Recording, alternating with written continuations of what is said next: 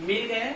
अब इस अंडे को बोलेंगे फर्टिलाइजेशन या फर्टिलाइजेड एग, निषेचित अंडे। और शुक्राणु में कितना क्रोमोसोम था? 23। और अंडाणु में कितना था? 23। अब दोनों मिलकर जायगोट कोशिका बनाएंगे। उस जायगोट कोशिका में क्रोमोसोम की संख्या कितनी हो जाएगी? 46। अब इसको हम लोग बोलेंगे फर्टिलाइजेड एग, या इसको विज्ञान शब्द में बोलते हैं डिप्लॉयड सेल्स, या फिर इसको बोलेंगे डिप्लॉयड जायगोट। Diploid zygote. निषेचन होने की क्रिया में मात्र कहना चाहिए 2.5-3 घंटे का समय लगता है। अंडाणु शुक्राणु का आपस में मिलना निषेचन है। निषेचन की क्रिया में लगभग 2.5 घंटे या फिर 3 घंटे के बीच समय लगता है। और 2.5-3 घंटे में निषेचन होने के बाद ये डिप्लॉयड जायगोट इस फेलोपियन ट्यूब में मात्र 4 या 5 दिन रहते हैं। निषेचन होने के जस्ट बाद 4 या 5 दिन तक डिप्लॉयड जायगोट यहीं पर फेलोपियन ट्यूब में रहते हैं। और 4-5 दिनों के बाद ये कहने की डिप्लॉयड जायगोट कहाँ चली जाती है? यूटेरस में। इसको हम लोग बोलते हैं रोपित होना, यहाँ पर आकर प्रतिस्थापित होना, इम्प्लांटेशन होना। और उसके बाद कहना चाहिए टोटल कहना चाहिए 280 दिन या फिर 9 माह के आसपास यहीं पर संपूर्ण क्या होता है? भ्रूणीय विकास होता है, मतलब भ्रूण का विकास होता है। उसको हम लोग अगले दिन पढ़ेंगे उसको, ठीक है जी। एक चैप्टर है जस्ट इसके बाद में मानव में भ्रूणीय विकास। मानव में भ्रूणीय विकास मतलब फीमेल के शरीर में भ्रूण का विकास होना। तो यहाँ पर हम लोग केवल 5 दिन का अध्ययन किए 9 माह में। फर्टिलाइजेशन हुआ है और 4-5 दिन है और उसके बाद यहाँ पर आ गया। तो संपूर्ण भ्रूणीय विकास गर्भाशय में होगा। इसको हम लोग जस्ट आगे दिन पढ़ेंगे, क्योंकि कहना चाहिए भी 1-1.5 घंटे का कहना चाहिए लेक्चर है। क्लियर? तो यहाँ पर आप लोगों का कोई क्वेश्चन है? मन में कुछ क्वेश्चन उत्पन्न हो रहा है कि नहीं उत्पन्न हो रहा है?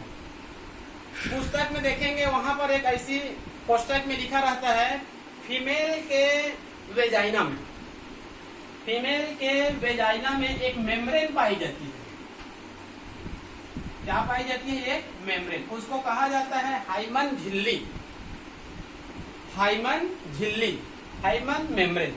तो उसमें यह लिखा रहता है, ये हाइमन मेम्ब्रेन को यह माना जाता है जब कोई फीमेल जब तक कहना चाहिए किसी मेल के संपर्क में नहीं आते हैं तब तक वो हाइमन झिल्ली में किसी भी प्रकार की छिद्र या हाइमन झिल्ली नहीं टूटते हैं। मतलब ये कहा जाता है फर्स्ट मेटिंग के दौरान ही हाइमन झिल्ली में क्या होती है? छिद्र होती है। लेकिन ये आजकल लागू नहीं होता है, क्योंकि आजकल जो फीमेल है साइकिल चलाते हैं, दौड़ते हैं, खेल कूद करते हैं, एथलेटिक्स करते हैं, बड़ी बड़ी काम करते हैं। तो कहना चाहिए कोई जरूरी नहीं कि मैथुन के समय इसमें छिद्र हो या फिर नष्ट हो। आजकल ये उससे मतलब उसका कोई संबंध नहीं है। साइकिल चलाते हैं डेली का 10 किलोमीटर जाना, 10 किलोमीटर आना, एथलेटिक्स में भाग लेना, दौड़ धूप में भाग लेना, ये आजकल कहना चाहिए शब्द लागू नहीं होता है। हालांकि पुस्तक में ये दिया है, ठीक है जी। तो ये हो गया आप लोगों का कंप्लीट फर्टिलाइजेशन, ठीक है। हाँ, फर्टिलाइजेशन में एक और क्वेश्चन पूछा गया था, इसको कंपटीशन परीक्षा में पूछा जाता है। कैपेसिएशन क्या है? कैपेसिएशन क्या है? कोई बता सकता है कैपेसिएशन क्या है? मैं बता रहा हूं कैपेसिएशन क्या है। एक शब्द है इसका, देखिए यह है शुक्राणु और ये है अंडाणु। तो शुक्राणु अंडाणु में क्या करती है? प्रवेश करती है। तो शुक्राणु अंडाणु में प्रवेश के समय क्या करती है? हाइलुरोनिडेज नामक एंजाइम, स्पर्मलाइसिन नामक एक एंजाइम का सेक्रेशन करते हैं, ठीक है। और ये उसको छिद्रित कर देता है। फिर शुक्राणु अपने आकार में चेंजेस करते हैं। शुक्राणु अंडाणु के अंदर प्रविष्ट करते समय अपने शरीर में मॉर्फोलॉजिकल चेंजेस लाते हैं। क्या चेंजेस लाते हैं? अपने आकार में परिवर्तन करते हैं और आकार में परिवर्तन करते हुए वो अंडाणु में प्रवेश करते हैं। तो इसी को कहा गया है कैपेसिएशन। मतलब शुक्राणु अंडाणु में प्रवेश करते समय मॉर्फोलॉजिकल चेंजेस करते हैं, अपने आकार में क्या कर लेते हैं? थोड़ा बहुत चेंजेस कर लेते हैं। इसी को कैपेसिएशन कहा गया है। क्लियर? इतना एक छूट गया था मेमोरी ग्लैंड से। ठीक है जी, उसको मैं ऐसे बता देता हूँ मेमोरी ग्लैंड्स को। ठीक है, 5 मिनट का लेक्चर है, ज्यादा ज्यादा 10 मिनट का है। ये पाठ्य पुस्तक में है, जस्ट मेंस्ट्रुएशन साइकिल के आगे दिए गए हैं। तो यहाँ पर कहना चाहिए हम लोग अध्ययन करेंगे मेमोरी ग्लैंड्स इन ब्रेस्ट का। ठीक है, मेमोरी ग्लैंड क्या है? वास्तव में जो मैमल शब्द बना हुआ है मेमोरी ग्लैंड से ही बना हुआ है। प्रकृति में कहना चाहिए 12 लाख 8 लाख कहना चाहिए जंतु है, एनिमल टोटल 20 लाख है, जिसमें से कहना चाहिए 12 लाख पौधे का है, 8 लाख कहना चाहिए जंतु का है। ये सब जंतुओं का क्लासिफिकेशन किया गया है, तो लक्षण के आधार पर ही क्लासिफिकेशन किया गया है। तो एक शब्द आया है मैमल क्लास। तो मैमल के अंतर्गत किन जंतुओं को रखा गया है? जिनके शरीर में मेमोरी ग्लैंड्स पाई जाती है, उन सबको मैमल्स के अंतर्गत रखा गया है। क्लियर?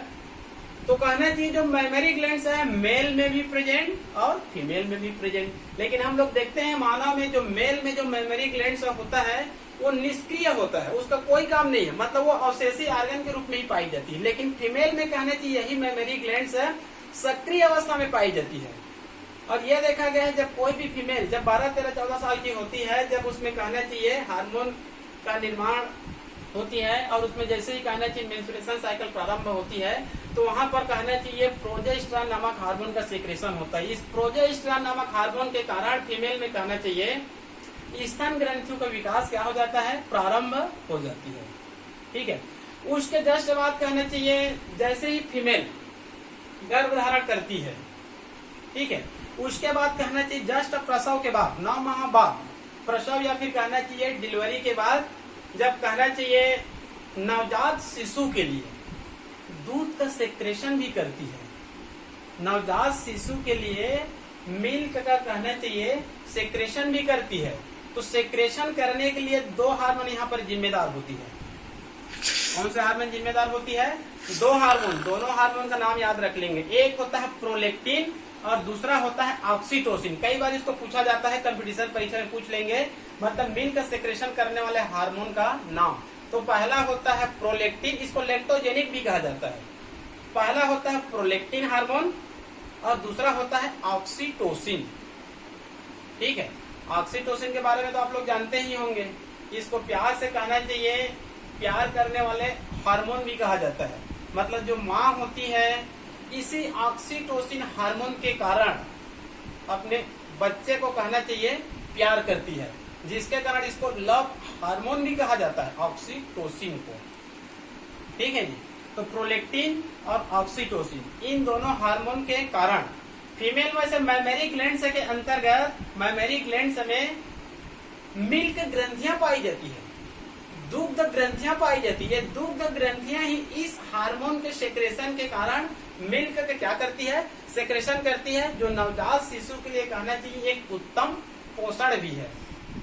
ठीक है, और यही मेमोरी ग्लैंड से कहना चाहिए मेल में क्या होती है? निष्क्रिय होती है और शेषी ऑर्गन के रूप में पाया जाता है। इनका कहना चाहिए कोई भी कार्य नहीं होता। ये हो गया आप लोगों का मेमोरी ग्लैंड्स। मेमोरी ग्लैंड्स का एक चित्र है, उसको देख लेंगे आप लोग। Mammary glands and breast. Breast मतलब होता है थोरेक्स में, मतलब वक्ष में जो उभार पाई जाती है। थोरेक्स या फिर वक्ष में जो उभार पाई जाती है उसी को कहना चाहिए ब्रेस्ट कहा जाता है। इसमें उभार होने का कहना चाहिए एक तो प्रोजेस्टेरॉन नामक हार्मोन जिम्मेदार है और दूसरा इसके अंतर्गत कहना चाहिए glandular tissue, fibrous tissue, fatty tissue, इन बहुत सारे टिश्यू का इसमें अंदर में लोब्स पाई जाती है, जिसके कारण कहना चाहिए वक्ष या फिर थोरेक्स में क्या पाई जाती है? उभार पाई जाती है। इस ब्रेस्ट के अगले भाग में कहना चाहिए एक छोटी सी और ऑर्गन पाई जाती है, उसको इंग्लिश में कहना चाहिए निप्पल या फिर टिट्स इसको कहा जाता है। हिंदी में पुस्तकों में इसको ना चंचुक ऐसे शब्द उसमें कुछ लिखा रहता है।